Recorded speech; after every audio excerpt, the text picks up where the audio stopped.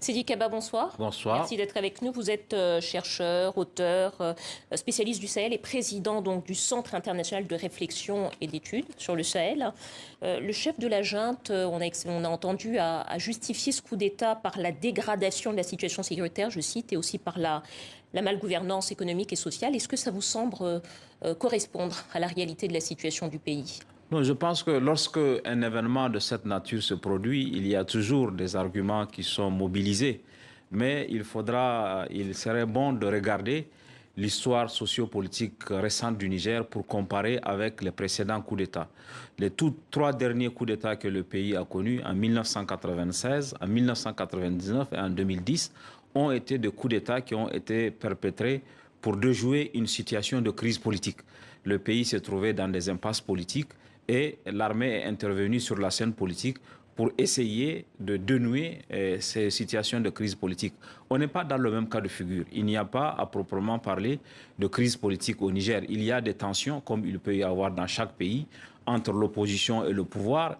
Il y a une critique de la gestion du pouvoir, y compris les reproches qui sont faits en matière de gouvernance économique et sociale. Mais vous savez, dans une démocratie, la sanction d'une gestion se fait dans les urnes. Elle ne se fait pas à travers un coup d'État. Sinon, on en viendrait à avoir tout le temps des coups d'État. D'ailleurs, ce soir, l'entourage du président Bazoum parle d'un putsch pour convenance personnelle. Qu'est-ce que ça veut dire? Qu'est-ce qu'ils veulent? Qu'est-ce qu'ils entendent par là? Oui, justement, l'entourage du président Bazoum dit qu'il n'y a pas de blocage politique, ni même une dégradation sécuritaire qui aurait pu justifier un coup d'État dans le contexte nigérien. On regarde au voisinage immédiat, que ce soit au Burkina ou au Mali, il y a quand même des situations de crise politique au Mali plutôt, le premier coup d'État d'août 2020. Il y avait une situation post-électorale, la législative de 2020, et cette instabilité, cette tension politique liée aux législatives s'est ajoutée à la crise, à la dégradation de la situation sécuritaire, a abouti au premier coup d'État. Au Burkina aussi, on peut voir le même schéma lorsque le président Roch a été élu en décembre 2020. En décembre, l'année suivante, il était dans l'incapacité de rétablir la situation de sécurité dans le pays, et l'insécurité s'est transformée en crise politique et les deux ont provoqué. Le Niger n'est pas dans le même cas de figure, et je pense que c'est ça qui amène les partisans du président Bazoum à dire que c'est un coup d'État de convenance personnelle, puisque le pays ne faisait pas face à une crise politique et ne présentait pas une situation sécuritaire aussi dégradée que celle du Mali et du Burkina. Le général Tchani était le commandant de la garde présidentielle. Est-ce que ça veut dire que le président Bazoum n'avait pas la maîtrise de l'armée? Oui, le président Bazoum n'a pas eu la même qualité de relation que son prédécesseur avec l'armée. Et lorsqu'il est arrivé au pouvoir, il a mis du temps à prendre en main l'appareil sécuritaire. Pourquoi? Il a gardé. Je pense qu'il a fait confiance puisque sa relation avec le président Issoufou était des relations parfaites. Il a pensé qu'il pouvait garder les mêmes chefs de forces de défense et de sécurité dont il a hérité. À mon avis, ça a été une mauvaise appréciation, puisque quand on prend le pouvoir, il faut prendre la réalité du pouvoir. Il aurait fallu, de son installation, justement, nommer la plupart des chefs de corps de l'armée, ce qu'il n'a pas fait. Et d'ailleurs, le général Tchani, qui a été nommé en 2011, a été maintenu 2 ans après par le président Bazoum à son poste. Sidi Kaba, après la Guinée, le Mali, le Burkina Faso, le Niger est le 4e pays de la région à être dirigé par des poutistes.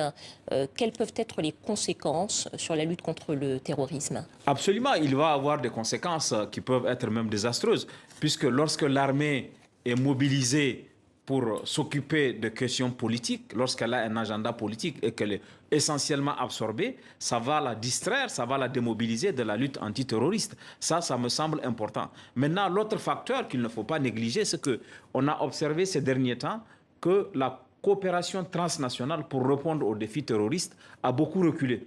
Du fait de la mauvaise relation entre le Niger et le Burkina, entre le Niger et le Mali, on a affaibli la construction de la réponse transnationale.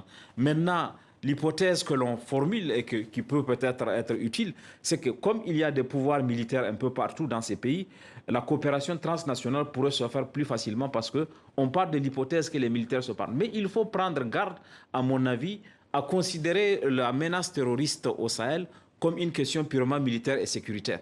Les militaires vont dire, bon, on va acheter davantage d'armes, on va recruter davantage de personnes. Ce serait une erreur de réduire la lutte contre le terrorisme au Sahel purement à la question militaire et sécuritaire. Il faudra intégrer la question du développement, la question de la cohésion sociale, la question de la fin de l'impunité. Des drapeaux russes, vous l'avez vu sur les images, sont apparus lors de la manifestation. Aujourd'hui, je vous pose la question sans embâge. Est-ce que l'hypothèse, dans le contexte d'un Sahel dirigé par des militaires issus de putsch et proches de Moscou, est-ce que l'hypothèse au Niger d'un putsch facilité, éventuellement par des mercenaires russes, est probable? Non, ça me paraît peu crédible. L'hypothèse d'un coup d'État inspiré par Moscou ou par les milices qui sont favorables, les relais de Moscou dans la région me paraît peu crédible.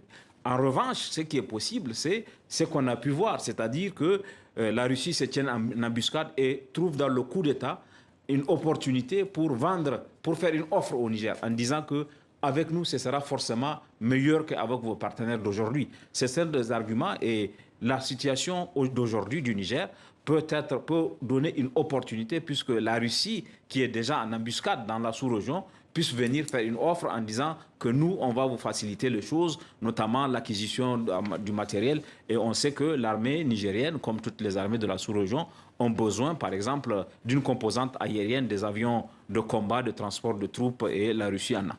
Dernière question, Cédric, qui nous reste très peu de temps. Il y a des photos aujourd'hui qui circulent sur les réseaux sociaux et qui ont été relayées par le bras droit de Prigojine, le chef de Wagner, qui se trouverait, j'emploie un conditionnel de rigueur, à Saint-Pétersbourg, où s'est achevé aujourd'hui le sommet Russie-Afrique. Je rappelle aussi qu'au début du mois, le président du Bélarus avait confirmé le retour de Prigojine en Russie. Malgré la mutinerie de Wagner le mois dernier, est-ce que Poutine et Prigojine vous semblent encore être des alliés concernant l'Afrique? Absolument. Je pense que la Russie a besoin de Prigojine, a besoin de Wagner pour continuer à avoir une certaine influence. Poutine, vous voulez dire? Poutine a besoin de Prigojine, d'utiliser Wagner pour gagner, parce que, comme on se souvient, la Russie a commencé par le Soudan, ensuite la Centrafrique, ensuite le Mali, et elle a besoin de Prigojine pour continuer à asseoir son influence sur le continent africain. À mon avis, l'épisode l'endroit où l'épisode de la rébellion de Wagner peut se refermer très vite, c'est le continent africain, parce que Prigojine a besoin de Poutine et Poutine a besoin de Prigojine sur le continent africain. Sédik Kaba, président du Centre international de réflexion et d'études sur le Sahel. Merci à vous, Sédik. Je vous en prie.